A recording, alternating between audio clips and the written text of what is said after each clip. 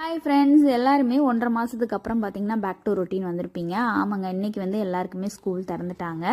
நான் காலையில் வந்து பார்த்திங்கன்னா எங்கள் வீட்டில் வந்து எங்கள் பாப்பாவுக்கு வந்து பார்த்திங்கன்னா காலையில் எழுந்திரிச்சோடனே தண்ணி கொடுத்ததுக்கப்புறமா நம்மளோட ப்ரோட்டீன் பவுடர் தான் ஸ்மூத்தி மாதிரி அடித்து கொடுத்துருவாங்க. ஏன்னா அவள் வந்து காலையில் ஒழுங்காகவே சாப்பிட மாட்டா.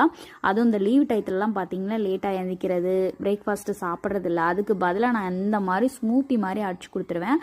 அது வந்து அவளுக்கு வயிறு ஃபில்லிங்காகவும் இருக்கும், நமக்கும் வந்து குழந்தைங்களுக்கு ப்ரோட்டீன் சத்து கிடைச்ச ஒரு திருப்தியும் இருக்கும். அப்படி தான் நான் காலையில் கொடுப்பேன். இன்றைக்கி வந்து ஸ்கூல் இல்லையா, கொஞ்சம் சீக்கிரமாக இருந்துச்சதுனால ப்ரோட்டீன் மில்க் ஷேக் போட்டு கொடுத்துட்டு சூப்பரான ஒரு பிரேக்ஃபாஸ்ட் செஞ்சுருந்தேன். என்னதுன்னு பார்த்தீங்கன்னா முருங்கைக்கீரைலாம் போட்டு அடை செஞ்சுருந்தேன். சாப்பிட்டு அவங்களும் கிளம்பிட்டாங்க. உங்கள் வீட்டு குட்டீஸ்க்கும் ப்ரோட்டீன் பவுடர் வேணும்னா ஸ்க்ரீனில் நம்பர் கொடுத்துருக்கேன்.